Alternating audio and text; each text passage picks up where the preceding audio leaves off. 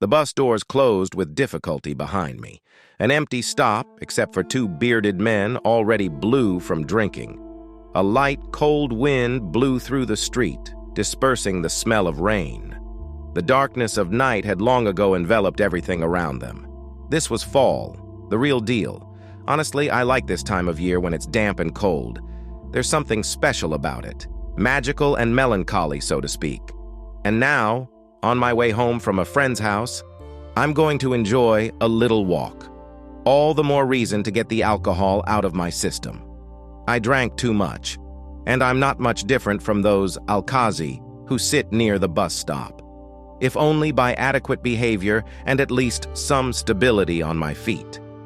After standing for a minute, I moved out of my seat. There was a strange lightness in my head that made it seem like everything around me was wrong, not real. I should drink less. Degradation is in full swing.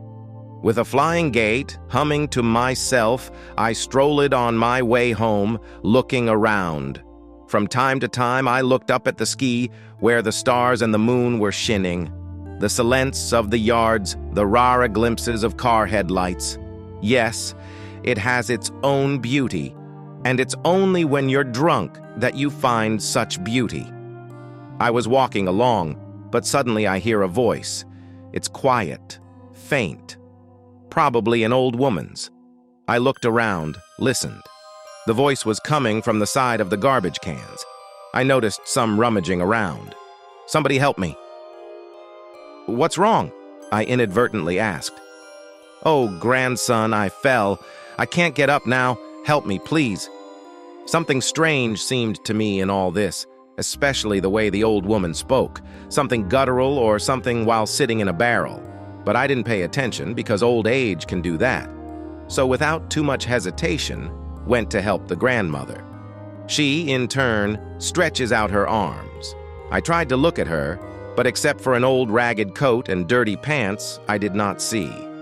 Her face was so well hidden under the shawl, it was as if the darkness had swallowed it up. "Oh, thank you, grandson, thank you," said the old woman.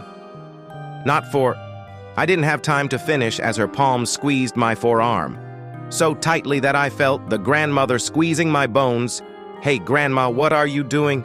"Thank you, grandson, thank you," she repeated in a distorted voice.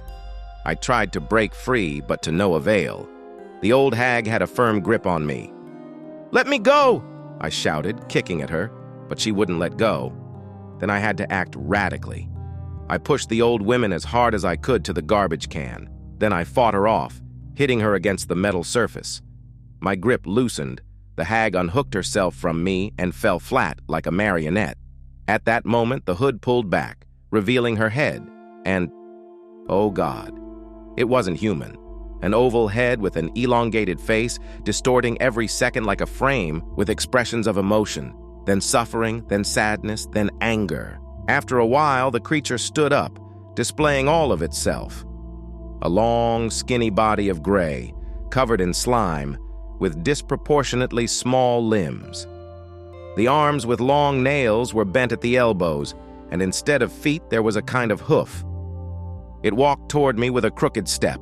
I couldn't resist and fell backward onto the wet asphalt, backed up and pressed my back against the fence.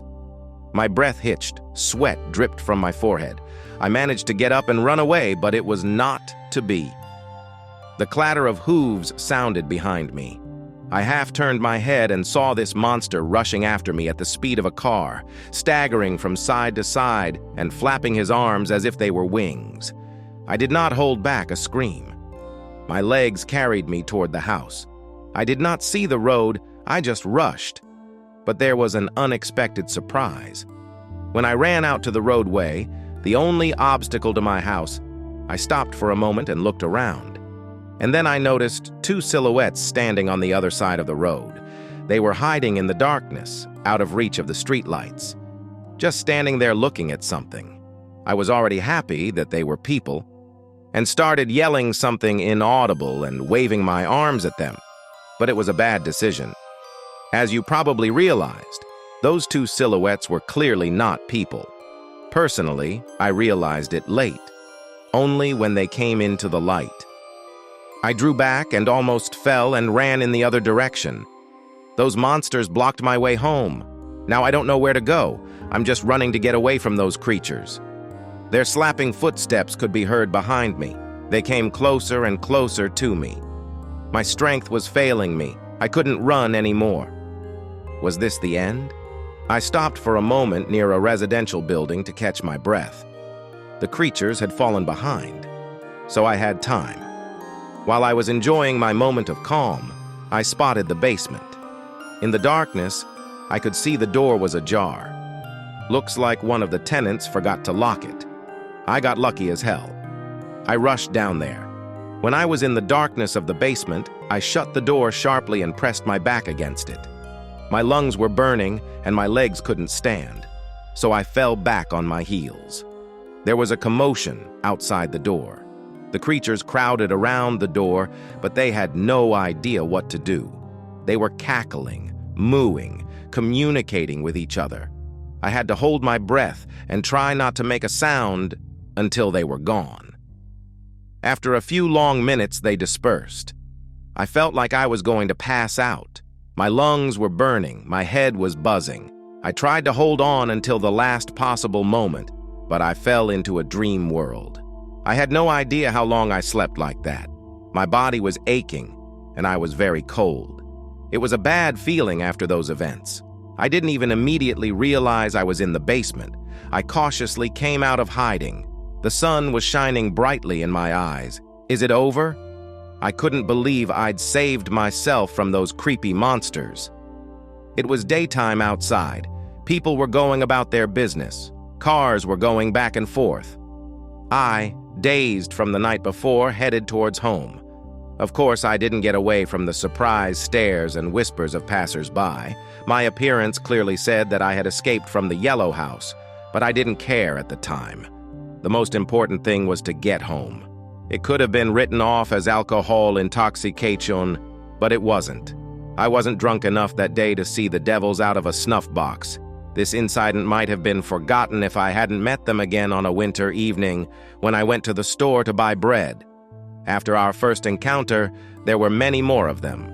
And now it seemed that this time I would not be so lucky.